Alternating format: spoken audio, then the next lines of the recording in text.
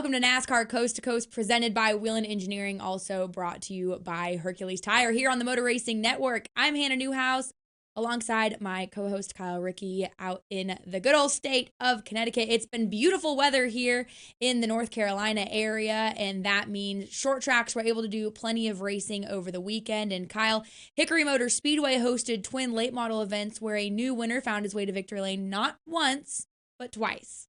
This is like the third week in a row we get to talk about Hickory Motor Speedway because we really didn't talk about them much a year ago because of the shutdown. But good to see Hickory back in action. Rajah Caruth driving for Rev Racing, the Drive for Diversity program, was able to capture his first feature win in the late model stock cars and then turn around about 90 minutes or so later and win the second part of the double header. In fact, that second race was able to hold off a former Drive for Diversity driver with Rev Racing, Gracie Trotter. So great field of cars for the late models at Hickory, and always good to see a new winner in victory lane. Yeah, absolutely. He has a full plate this season as well. Competitor in the ARCA E series, dabbling in the Advanced Auto Parts weekly series as well with Rev Racing. And you'd mentioned an old teammate, Gracie Trotter, but he also had three more teammates in that race itself. LeVar Scott, Isabella Robusta, and Regina Servant were in that. So Rev Racing has a full plate of late model racers this season. Cool to see that. He's got an interesting background, and we'll talk to him about it here shortly because Rajah's going to join us here in studio, NASCAR or Motor Racing Network. But he's got an interesting background, Kyle. Often we talk about people that come into the sport and they had started at go-karts at 4, 5, and worked their way up. But we're seeing more and more iRacing has been the start to some of these drivers' careers. I mean, I think 2 years ago, he's 18 now. 2 years ago, he was 16 and had not been on the racetrack in real life yet. As you mentioned, he grew up in Washington, D.C., not a whole lot of racing there. And he took to the iRacing platform. And you mentioned it, like so many others, I feel like becoming the norm where drivers are getting recognized via what they do on the internet. And Rev Racing took notice of Rajah, and he was been able to secure a pretty solid ride, like you mentioned in ARCA East and in the late model program over the last couple of years, and still adapting to real life racing, but I'm sure using a lot of that experience that he gained on the virtual world here in the real world these last 2 seasons. Yeah, absolutely. Definitely an interesting story to follow. Again, we're seeing more and more of it as times continue, people getting their starts in sim racing. But we're going to take a quick break, and then Rajah will join us here in studio here on NASCAR Coast to Coast. Wheelan Engineering, a global leader in the emergency warning industry, designs and manufactures reliable and powerful warning lights. Wheelan also produces white illumination lighting, sirens, controllers, and high-powered warning systems for automotive, aviation, and mass notification industries worldwide. Every part of every Wheelan product is proudly designed and manufactured in America and is tested on-site to meet the toughest industry certifications. Wheelan Engineering, a global leader in the emergency warning industry, trusted to perform since 1952. Citywide to countryside, whatever you drive, wherever you go, Hercules has the value, selection, and industry-leading warranty to get you there no matter where the road takes you. Go to HerculesTires.com. There you can find the nearest authorized Hercules retail location to you. Plus, you can use the tire tracker to find out which Hercules tire fits your vehicle the best. That's HerculesTires.com. Hercules Tires. Ride on our strength.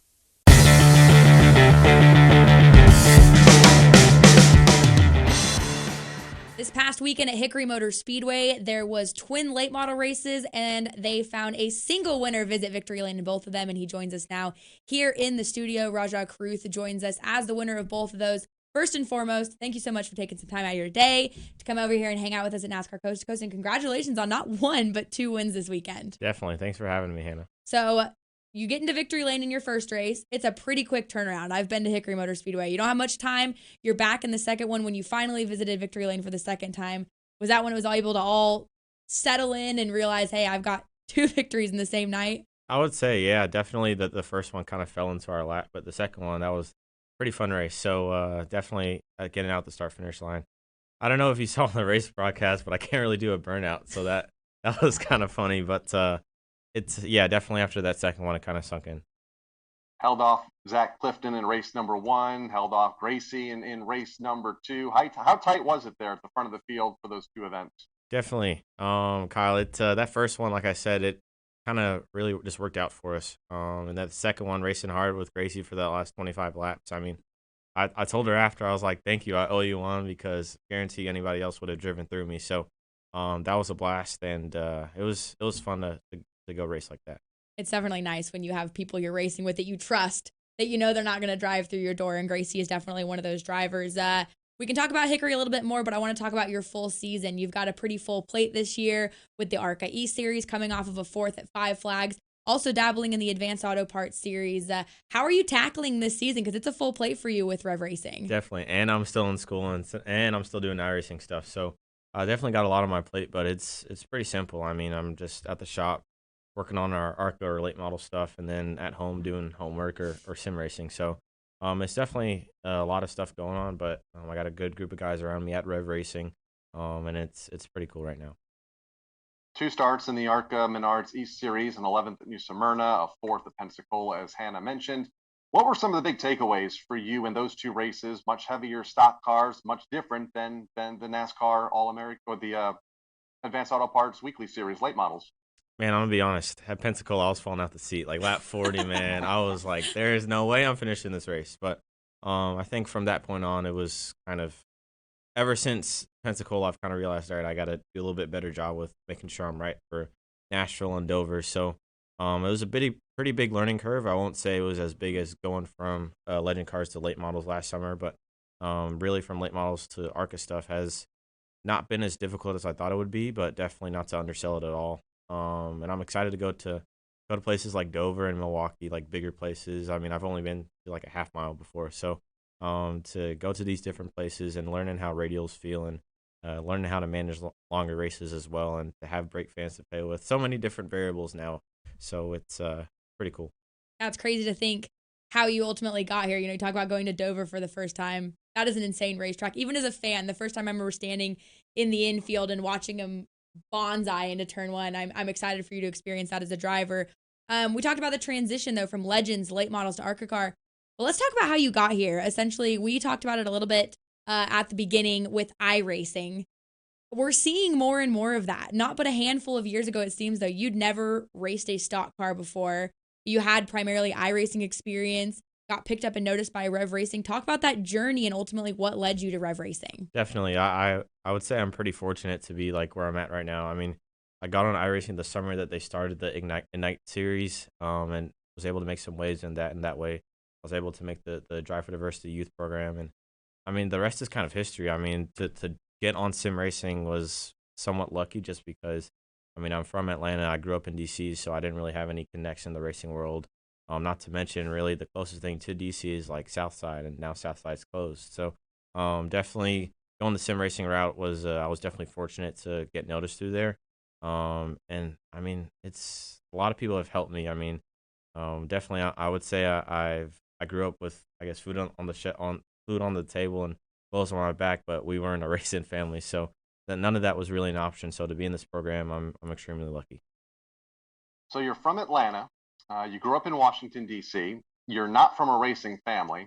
How'd you get involved, or what sparked your interest in motorsports? Good chow. So it was Lightning McQueen, man, and I was 4 when that came out. I hate to make you guys feel old, but yeah, me too. That's really where it started, man, and it's really just gone from an interest to a passion, and I would say it's past an obsession now. I mean, I played basketball in high school and middle school. I played soccer. I ran track. I did other stuff, but racing was always a constant in my mind. I mean, even coming home from school when I first got on iRacing, I mean, I would skip track practice sometimes just to hop on the sim. And really my weekends would be, I guess, taken over by what cup races were going on, happy hour on Friday when they did happy hour and stuff like that. So, I mean, that's really how it started. And I went to my first race at Richmond Raceway in 2014, and then went to Dover, went to Charlotte, Pocono, and whatnot. So started to understand kind of how all the things work, and then just, like I said, it really just snowballed from the initial interest and then going to my first races. I mean, living the dream, basically. Definitely. It started with, like you said, a dream, and you're here. And we talk more and more about iRacing in the sport, sim racing. It's becoming prominent in drivers, you know, prep coming into the races. And we're seeing more and more, you can say Byron kind of got his start with iRacing. Josh Berry just won last weekend at Richmond. He claims iRacing as his start as well. And we continue to talk about how this is the next open door opportunity for people to get their start. How do you view that as, someone who's living this story right now and potentially opening the door for other sim racers or iRacers that are looking to make a legitimate career in a stock car? 100%. I mean, like I said, I had no connections, no way really to get into the sport. So sim racing kind of bridges that gap for people. And I've got friends that are in sim racing now that are trying to get into Drive for Diversity or try to parlay those connections into running bandos or legend cars somewhere. So that's really, I think, where things are trending to with how innovative and how close the sim is getting. I think that definitely will be the next half a decade to a decade. I mean, that's going to be even more of a legitimate roadmap to getting into the sport. I know every sim rig is different, but from your sim rig to the racetrack, how close is it? And what are some of the big things that you noticed that were different? Obviously, you don't get that seat of the pants feel when you're sim racing, but how close is it from when you got behind the wheel for the first time? I would say there are a lot of similarities and differences. I mean, my SimSeats rig was is pretty comfortable. Shout out SimSeats. But I mean, in terms of the sim itself, I mean, the visual stuff is pretty spot on, especially with kind of reference points and how the racetrack is. For example, last year I had never been to Myrtle Beach, and then I did a little bit of work on the sim, and then we went there and weren't too bad. So kind of going to places for the first time, and when we go to Nashville and we go to Dover and so on, I mean, I was able to test a little bit with New Smyrna and Pensacola on the sim, and the visual stuff is there, but it's been that's one of the biggest learning curves that I've had to deal with, is understanding how to take in information not just from my eyes and what I'm hearing, but through my hands, through my whole body, and trying to understand, what the car actually does and what changes do, and really not only from that, but from also being at the shop and working on it myself and seeing, all right, I know how much of a pain it is to build this and get this done, so let's not tear the nose off. Like, let's not wipe the right side off of it in qualifying. So definitely a whole lot of things I've learned in the last, not even been a year, if I'm going to be honest. And it's been pretty awesome. And that's something we always talk about, Kyle, that we appreciate drivers getting in the race shop, learning how these cars work. And I will say it feels like forever ago now. I mean, it was probably 2013 when I was introduced to iRacing. I didn't get a chance to go test at Phoenix, and someone said, get on iRacing, turn some laps, get on there with someone. And I was like, that is not going to help me. And to say that I felt more prepared walking into that race, that we were going to get one practice session, qualifying race the same day, was amazing. So I can only imagine with all of the improvements that have been made since then. But Rev Racing, you've been with them 3 years now, started there in the Legend program, worked your way up. You've got teammates being, Regina, you've got Isabella, LeVar, a couple other drivers as well. What is that rapport like over at Rev Racing and being a part of that team now for 3 years? Definitely. It's kind of like a little like school group, kind of, I'm going to be honest, like kind of like a lunch table. It's a young group of drivers over there now. Definitely. It's like a lunch table. I mean, it's cool. We do stuff all the time. I mean, I'm doing schoolwork, Regina's doing schoolwork, Isabella's doing schoolwork, so it's cool. And then we have little basketball games and stuff. But at the same time, what I really like, especially about our late model group, is that with Mark Green, we've kind of got a routine going of like, all right, Mondays we're here, we're unloading, we're cleaning our stuff, we're putting the straps in a correct and orderly fashion and stuff. And definitely, I mean, it's awesome. I mean, it's weird to think like I somewhat have a leadership role now, even though I have like less total racing experience than like all of them. So that's kind of weird to think about, but it's definitely fun. I mean, they're all really good kids, and it's cool to answer their questions and be there for them. We've talked about the ARCA East schedule quite a bit. What's your schedule look like? Obviously, ARCA East, how much late model racing are you able to do around the ARCA schedule? Definitely. So we've got 6 more ARCA races in the East Series, and I think what's 18 minus 4, 14 more late model races, and math sucks. And in addition, I'm competing in the NASCAR Road to Pro Series, so hopefully I can maybe be in the Coke Series next year. I mean, I told Chase Gabriel, I was like, I'm going to see if I can be the first one to win an ARCA and Coke. I don't know if anybody's done that. So if I can do that, that would be cool. But besides that, I mean, we're getting some sponsors together so I can maybe add some different types of racing to my plate, whether it be to go Mazda racing or try dirt. I mean, just to kind of open my palate and just be in the race car more often than not. I mean, another thing I was thinking about, I have like less than probably 60 total like oval races in like ever. So it's pretty, it's been quick learning curve so far. Yeah, 60 total races in your entire career, and 2 of those starts wins at Hickory Motor Speedway. Well, thank you again for so much for coming in here, hanging out with us. Again, that is Rajah Caruth, winner this past weekend at Hickory Motor Speedway. You can find him in the ARCA East Series, as well as some of the local short tracks here around the Carolinas. But we're going to take a quick break. When we return, we've got your Wheelan Engineering NASCAR Whelen Modified Tour Spotlight. Wheelan Engineering, a global leader in the emergency warning industry, designs and manufactures reliable and powerful warning lights. Wheelan also produces white illumination lighting, sirens, controllers, and high-powered warning systems for automotive, aviation, and mass notification industries worldwide. Every part of every Wheelan product is proudly designed and manufactured in America and is tested on-site to meet the toughest industry certifications. Wheelan Engineering, a global leader in the emergency warning industry, trusted to perform since 1952. Sir,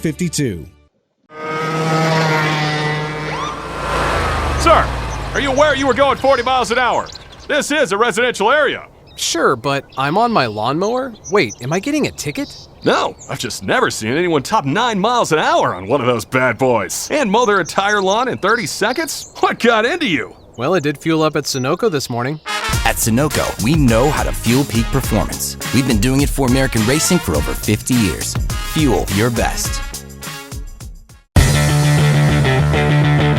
For this week's Wheeland Engineering Modified Tour Driver Spotlight, able to catch up with one of the more successful drivers in the last decade on the Modified Tour, a 6-time series champion. Doug Coby joins us now. Doug, welcome to the show. Thanks, Kyle. How are you today?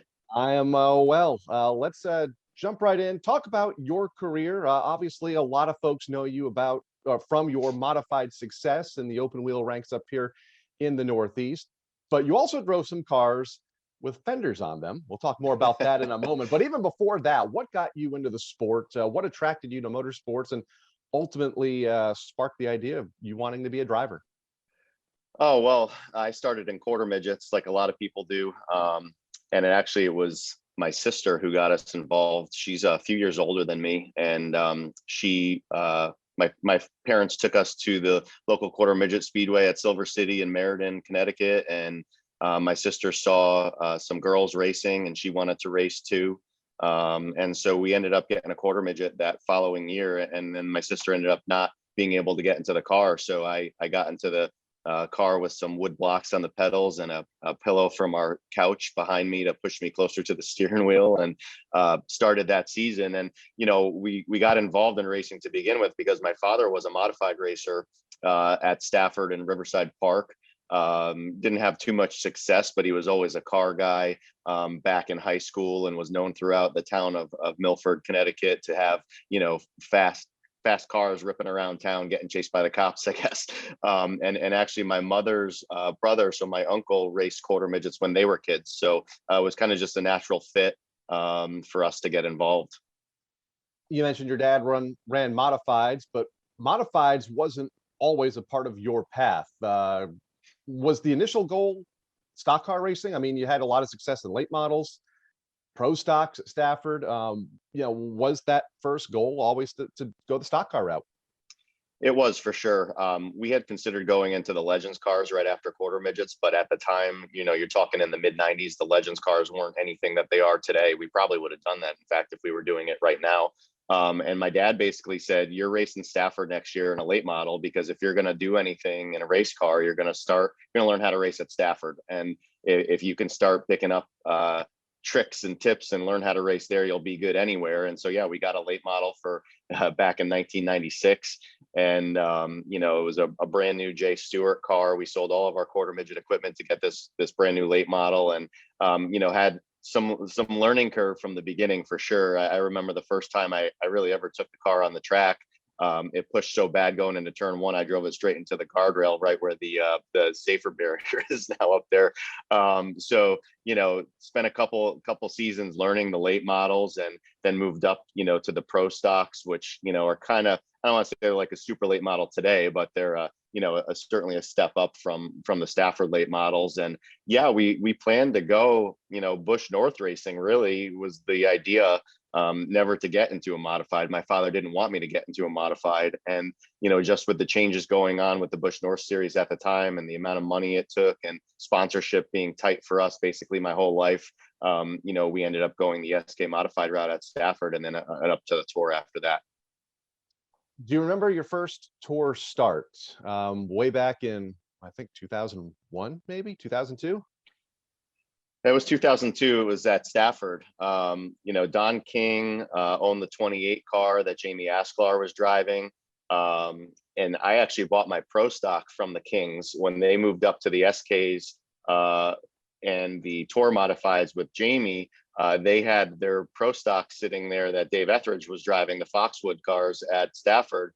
And, we were moving up so that they hadn't driven the Pro Stocks in a year or so. So we bought their Pro Stock, and their son, Donnie, followed me through the Pro Stocks and followed me through the SKs and told his dad, you got to keep an eye on Doug. He's doing really good. And he won a lot in the Pro Stock. And now, that season in 2002, I won 3 SK races in my first full SK season. So I actually remember it very clearly. Don came up to me. It was probably a mid-August, Friday night. He was with Eddie Flemke at Stafford, and right over by the picnic tables by the pit food stand there, he came over to me and said, hey, we've been, we need a driver and we like what you've been doing here at Stafford. So what do you think about driving the Tour car for the fall final? So it was the fall final of 2002, my first Tour start in the 28 car. And then funny enough, after that, the very first racetrack I ever drove in a full-size car that wasn't Stafford Speedway was a Tour Modified at Martinsville a couple weeks later, and certainly not my most impressive results. If you want to look that one up, you can check out the start and finishing position there. So a lot of highs and lows in the first decade of your career, from 2002 to 2012, and then 2012 rolls around and something happened. I mean, what clicked? Because you've been in the top 3 in the championship standings about every year since 2012. Yeah, I mean, what clicked was I got older and I got more mature, and I really understood the Tour and learned from the veteran drivers at the time. And I kind of knew in those seasons that I didn't have a full-time ride, which basically was 2008 to 2010. I did have a full-time ride in 11. It was split between 2 cars. But I learned in those years that I was feeling like I was getting better. I felt like I was at my best. I felt like I understood how to manage the race and manage the tires. And I learned all the competitors kind of inside and out. And those were the years that I was like, man, if I could get in a full-time ride, I think this is probably the best I've been. I'm not, not as out of control as I was when I was younger, and I'm a lot more patient. And 2012 rolls along, and here we are with the 52 team, and we finished 5th in points in 2011 with a split season between kind of 2 car owners and 2 cars. So we knew we were running well. We had one at Thompson that 2011 season, and then here comes 2012, and just started clicking right off the bat with good finishes. And it was right about that year that I learned that if you're going to win championships on the Tour, you got to finish every race. And my goal from there on out has always been to get a top 10 in every single race of the Tour season. And you're probably going to be in the points lead, or at least contending, by the time the last race of the year rolls around. And still never managed to accomplish that feat of getting a top 10 in every Tour race during the course of the season. But came really close, of course. And 2012 won a bunch of races and won that championship. 6 championships since. Is there one of those 6 that stand out above the others? Yeah, the first one for sure. That was unexpected, I think, from a lot of standpoints, not only just from me as a driver, but I think us as a team. I don't think anybody really expected the 52 team that year to have what it took to contend at every race. We won at big tracks, we won at small tracks, we won at started winning at Stafford a whole lot with that team. And that one, to reach that point after I want to say kind of what I went through. I mean, I went through some lean years, let's say, but to get that championship when it was unexpected was pretty satisfying.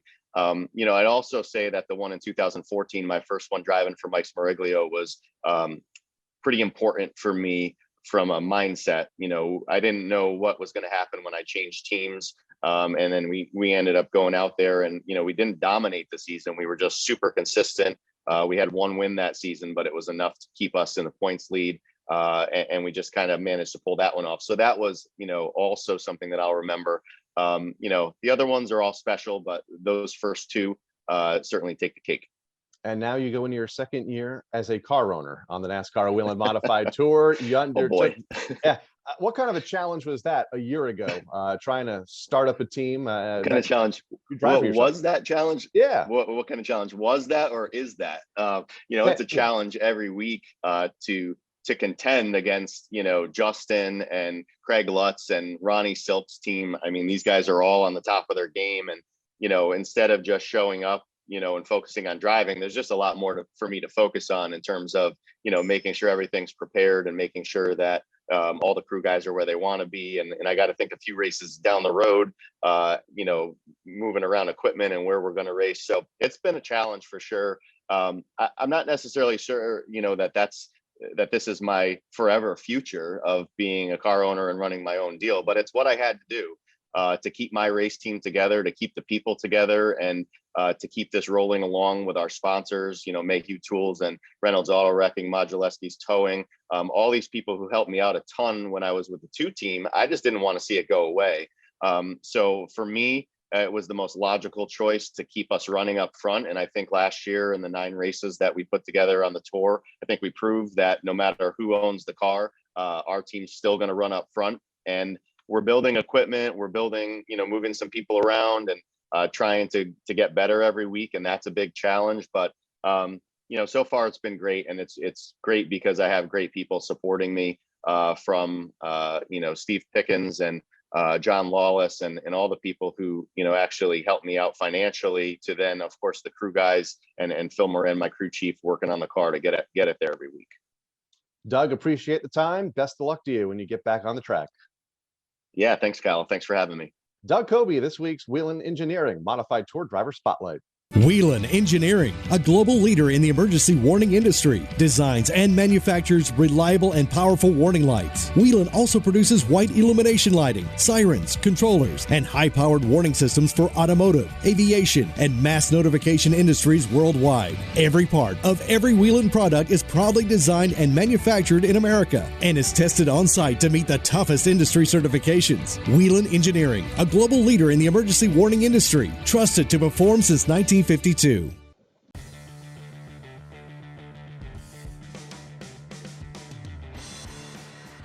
Hard to believe that we're almost to the month of May, but seasons or racetracks all across the country still continuing to have their opening nights, including this past weekend. Las Vegas Motor Speedway's The Bull Ring. It's been about 2 years since they've been able to open for a season. They were able to do so this past weekend with the Pro Late Model Series, headlining Jeffrey Peterson taking the win over Tanner Reef and Cody Kimo. Also, the Dells Raceway hosted their Icebreaker, where it was Luke Fenhouse over John DeAngelis Jr. and Jordan Devy. Tri-County hosted Late Model Stocks, where it was Braden Rogers over Jacob Hefner and Blake Stallings. And also, the Nashville Fairground Speedway opened up their season with Pro Late Models. It was Michael House over Jake Garcia and Jackson Boone. And I know you had some racing up there as well, Kyle. Apparently, we were breaking the ice everywhere last weekend because the Berlin Raceway in Michigan also had their icebreaker. Boris Yurkovic took down the race win over Eric White and Tyler Rohrig. The daughter-dad combo finished 6th and 2nd. Lauren Bush, who we had on the show, I believe, a year or two ago, she finished 6th. Joe Bush finished in 7th. Their next event this coming weekend featuring the Super Late Models. South Boston Speedway in action. They hosted twin late model features. Peyton Sellers held off Mike Looney in both events. Jacob Borst up there in the top 3 as well, along with Aaron Donnelly. Next up for South Boston, the Late Model 100 on Saturday, May 1st. Riverhead Raceway, they have not opened their season, but it's coming in just over a week on May 1st. They had a full pit area of practice last weekend at the Riverhead Raceway on Long Island. Another track that is dying to reopen their doors, as they were pretty quiet a year ago. Of course, last couple of weeks, we talked about Riverhead holding not 1, not 2, but 3 NASCAR Whelen Modified Tour events this season. So they kick off their season on May 1st, just over a week away.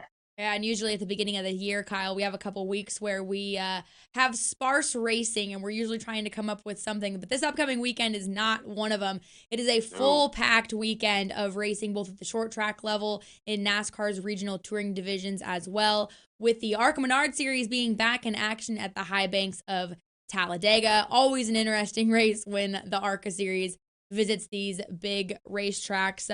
It is Friday, 1 p.m. Eastern time for the General Tire 276 laps. You can catch that on FS1. Also on the Motor Racing Network, we will be broadcasting that as well. 29 cars on the entry list, Kyle. One of them you're a pretty big fan of. Yeah, and well, a lot of folks never heard of him. Michael Harper, going to make his debut at Talladega, driving for Andy Hellenberg. He is the driver of the Outlaw monster truck, has been involved in the monster truck industry for 4 years. And every time I see him in the garage in the NASCAR world, he and Chris Buescher are good friends. So every time he's at the track with Chris, we always find time to chat about monster truck racing from the past and present. So can't wait to see Michael out there. It's a good field. Can anybody beat Ty Gibbs, I think, is the big story. He's so strong on these bigger and shorter tracks. Andy Jankowiak, I know, is looking to carry a lot of momentum he had in Daytona to Talladega. Gracie Trotter trying to redeem herself after the bump draft gone wrong in Daytona. At Talladega, Brett Holmes, Drew Dollar, Corey Heim, just some of the favorites for this weekend's race. Yeah, and I'll be busy this weekend at Orange County Speedway with the Cars Tour as they have the Old North State Nationals. I'll have that down by this weekend. $30,000 to win for late model stock drivers. It is a Saturday and a Sunday show in correlation with the Carolina Pro Late Model Series. They got a pretty stacked entry list there. You can watch that on Pit Row TV, so we'll all be doing that. Kyle, you're going to be at Stafford Motor Speedway with the NASCAR Wheeland Modified Tour. Yeah, their second event of the season. Good entry list there, just shy of 30 right now. No Sizzler a year ago. First time in 49 years that there was no spring Sizzler. Doug Coby won the last edition of the race in 2019. Eric Goodale obviously picking up the race win just a couple of weeks ago at Martinsville. The race can be seen on NBC Track Pass Live on Sunday or tape delayed next Thursday, April 29th at 5:30 p.m. on NBCSN.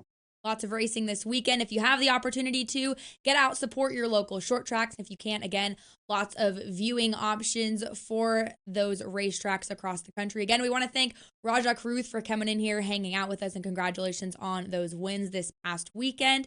Best of luck to all the drivers this weekend. I'm Hannah Newhouse for Kyle, Rickey, and producers Alexa Henry and Julian Council. We will see you guys next week here on NASCAR Coast to Coast.